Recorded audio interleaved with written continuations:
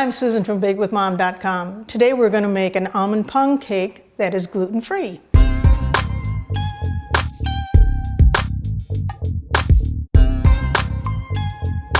We're going to start by preheating our oven to 350 degrees. Next we're going to spray our pan with nonstick spray. Then I have 2 cups of almond flour. To that I'm adding a teaspoon of baking powder, a half a teaspoon of salt, a quarter of a teaspoon of ground cardamom, and a quarter of a teaspoon of ground ginger. We're just going to blend this with a fork to mix it together a little bit. I have 1 stick of salted butter that's been softened.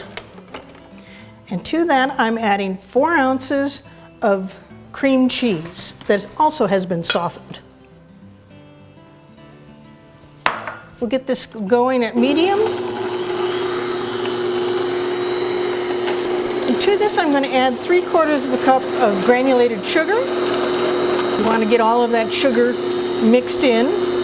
Now we're going to add 2 tablespoons of brown sugar. Next we're going to add 4 eggs, but we want to do it one at a time and let it blend a little bit after each addition. Here goes egg number 2.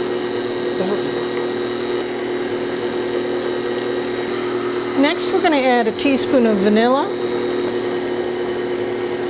Now we're going to gradually add our flour. We don't want to add too much at one time so that it doesn't come flying out of the top.